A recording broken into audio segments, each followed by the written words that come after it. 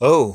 Alpha के review का wait कर रहे थे, उसका भी तो आ ही जाएगा, लेकिन उससे भी अच्छी चीज़ के बारे में बताता हूँ जो तुम घर बैठे देख सकते हो। एक science fiction crime thriller series देखी मैंने जो नेटफ्लिक्स पर आई है। 8 episodes and her episode almost 45 से 50 मिनट का है, क्रेडिट्स काट दिए जाए तो आराम से 6-7 घंटे आपके निकल जाएंगे। अब ये 6-7 घंटे वर्थ है कि नहीं? आइए बात करते हैं। वेल हेलो, मेरा नाम है योगी और हमारी मुलाकात बार बार होगी। ये एक्चुअली एक Japan and south Korean collaboration में बनी सीरीज है एंड बेस्ड है 1960s में आई सेम नाम की द ह्यूमन वेपर फिल्म पर। मैंने ट्रेलर देखा उस 1960s वाले फिल्म का, तो हाँ समझ में तो आ गया कि उसी पर बेस्ड होगी, लेकिन वहां उस ट्रेलर में बताया गया कि ह्यूमन वेपर एक साइंटिफिक एक्सपेरिमेंट था।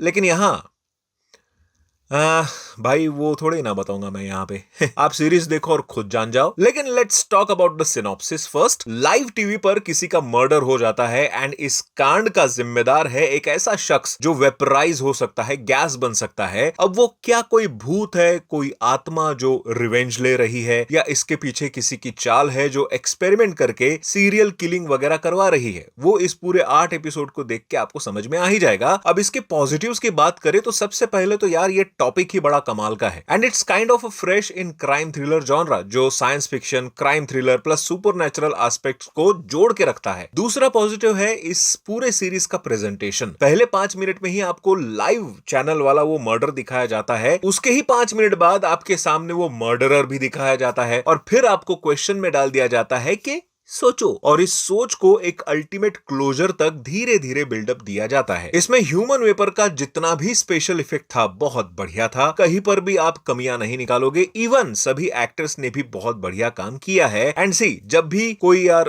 कोरियन ड्रामा या उनका कोई कंटेंट आता है तो उस पे कुछ ना कुछ यार नयापन तो निकल ही जाता है। तो ह्यूमन वेपर का जो ये कॉन्सेप्ट है एंड उससे पढ़ने वाले आपके दिमाग में जो क्वेश्चन है वही इस सीरीज में आपको बांधे रखते हैं कि भाई ऐसा कैसे हो सकता है। लेकिन इसी पॉइंट से आते हैं इसके हल्के पुल्के नेगेटिव्स पर कि भाई ऐसा कैसे हो सकता है। यही इसका एक बड़ा क्वेश्चन बहुत से ऑडियंस को इसे इलॉजिकल बोलने पर भी मजबूर कर सकता है, क्योंकि मेकर्स ने भले ही बताया हो कि वो ह्यूमन वेपर आखिर कैसे बना, लेकिन उसका आगा पीछा या why and how he is doing it, इस पर कोई स्ट्रॉन्ग बिलीवेबल पॉइंट नहीं रखा। आई मीन बता दे तो है, पर उस पर बिलीव करना थोड़ा सा मुश्किल हो जाता है। आई मीन चल रहा है, मजा आ रहा है बस। दूसरा नेगेटिव है इसके लॉन्ग एपिसोड्स। कुछ एक जगह लिटरली मुझे फील हो रहा था कि भाई ये सब दिखाने की या ये डालने की क्या जरूरत थी जब इसका डायरेक्ट स्टोरी लाइन से कोई वास्ता ही नहीं है। तो ऐसे सीन्स ना 3-4 बार आएंगे और हाँ लास्ट में आई मीन क्लाइमैक्स के बाद आपने एक अच्छा क्लोजर दिया है, पर लास्ट,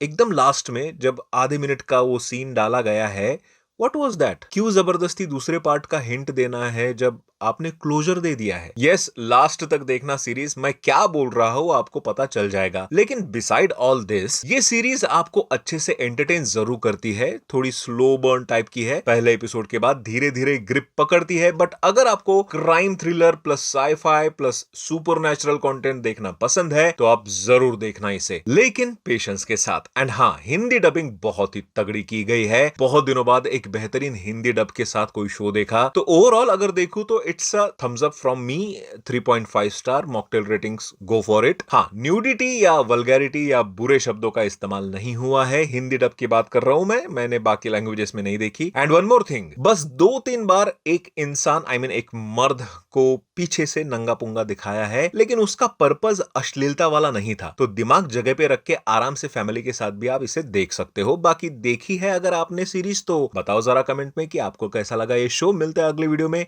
बाय।